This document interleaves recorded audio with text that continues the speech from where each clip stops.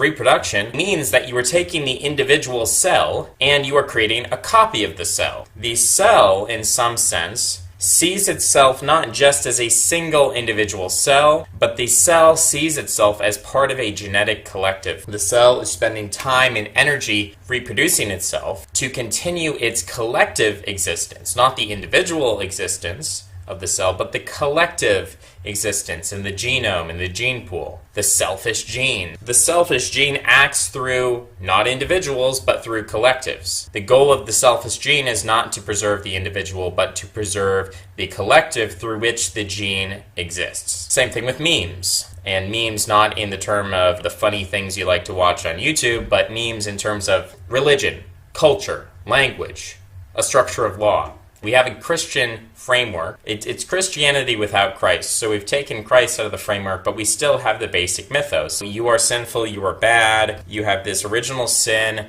you need to somehow be redeemed through an act of self-sacrifice. We are the bad people, we are the ones who need to be sacrificed in order to pay for this terrible sin that's occurred. Business or a corporation doesn't advance itself by saying each member of the corporation is just an individual. And to think of ourselves as a collective is destructive to the corporation. Or that we shouldn't even use the word corporation because that's a bigoted term that will cause the horrors of the 21st century to repeat themselves once again. A corporation, an organization, advances itself by having team building exercises and building camaraderie between the members. Everyone's trying to impress somebody. Everyone's trying to improve somebody. Everybody's trying to save somebody. And it could be yourself, but oftentimes it's other people. That you want something in relation to other people. You look at other people and you want to be like them. So you have to have heroes. You have to have archetypes. And that means you can't just be nihilistic and ironic about everything. You can't just endlessly criticize and say, oh, it's all for nothing, it's all worthless. You have to, at the end of the day, hold some people and some things as sacred. You do have to have a religious system. Religion is the bedrock. There's positive worship and negative worship. So we positively worship those who we love, respect, admire. On the other hand, there is negative worship. Demonology is negative worship. So the fear of demons, fearing demons, sacrificing animals in order to ward off demons, or hanging garlic on your door to ward off vampires, being superstitious, fearing racism, fearing sexism, being scared. You know, when you have these journalists who write things like, you know, I went to this rally with these racists and these sexists and I got chills up my spine, I felt like I was going to vomit, I felt nauseous, right? So they're having this outpouring of negative emotion toward a certain idea, a certain type of people, a certain ideology. And so you need this positive worship and this negative worship to create sacred spaces, sacred objects, sacred heroes, sacred villains, sacred archetypes. Most people are descended from a lower class that was told what to do. Leftists like Chomsky talk about the implicit morality latent within language. Language is violence. Language is violence against trans people. Language is violence against people of color. Language really does have the power to tell people what is good and bad and what to do. There is a latent moral impellation in language. It's in language, it's in the culture, it's in the religion. There's a superstructure, institutional superstructure, and basically everything that tells people what to do. And we've been removing that and stripping it away because that's collectivist, that's nationalist, that's racist, that's conformist, that's normative, basically taking away people's will to live, their desire to live.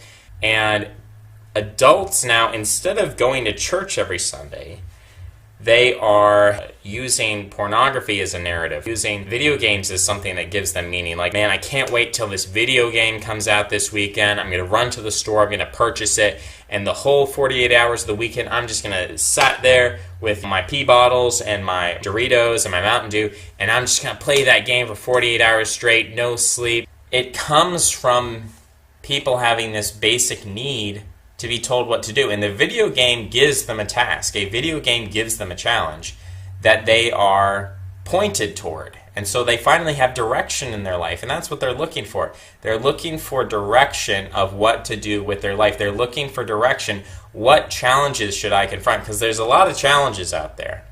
And you can't confront all of them. So people need a way of prioritizing challenges. Well, do I go to school? Do I become a businessman? Do I start a wife? And this is a question for women. Do I become a mother or do I get a career? What's the priority? And so people are looking for direction in how to prioritize their goals and their challenges, because you can't do it all. You got to choose something first and have priorities. And people are not good at prioritizing. They're looking for someone to take over their executive function, and that can be directly through someone telling them what to do, but it can be indirectly through linguistic construction, religious construction, institutional, the education system, the public school system. Prior to the invention of civilization, you could say that nature provided the guidance, that nature said, well, you're going to starve if you don't try your best to hunt and fish and gather food. Nature provided these implicit challenges that force people to work hard, and the prioritization mechanism, the direction, was fairly apparent from the basic needs of food and shelter and water and sex and all those things that people basically need. Those were implicit in the natural primitive hunter-gatherer order, even in the Neolithic order to an extent. But we've come so far in our technology that now those basic needs are supplied. You don't need to look for food and water and shelter because that's all free. People do need this direction. They do need this guidance because instinct only takes you so far. Instinct tells you to seek out sex, water, shelter, food. That's what it tells you to do. And there's not a lot else built into your mind to give you instruction and direction. So typically we've taken it from the church and from the schooling system and from our parents. And now what they're saying is, parents, just let your kids decide. Let your kids decide on their morality. Let your kids decide on religion. Let your kids decide. And they're taking direction from advertising because advertising tells them it's cool to party with alcohol. They see those commercials and they think, all right, or that's the college culture. Like, there is still a cultural directive left. It's not as if we live in this void where everyone's just totally lost wandering into the wilderness. It's that we've destroyed really the stable structures. We've destroyed the healthy authoritarianism and replaced it with hedonistic authoritarianism.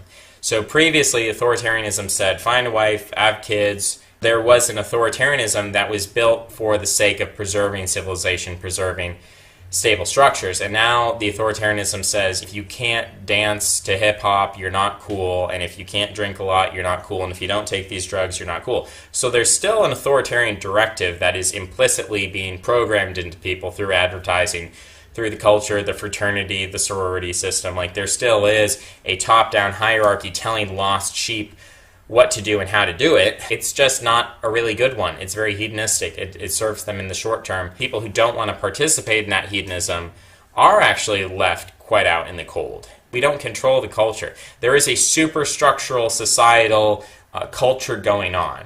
Like, we do have the public school system and we do have advertising on the television. We do have all these superstructures that we at this moment can't change because they're backed up by billions of dollars, and I don't have billions of dollars, and you don't have billions of dollars, so we're not going to change that, right? We can't change the implicit cultural landscape, but we could change the explicit cultural landscape. When we talk about implicit authoritarianism, we're talking about advertising, language, slang, all of these hidden meanings, these hidden impellations to do certain things.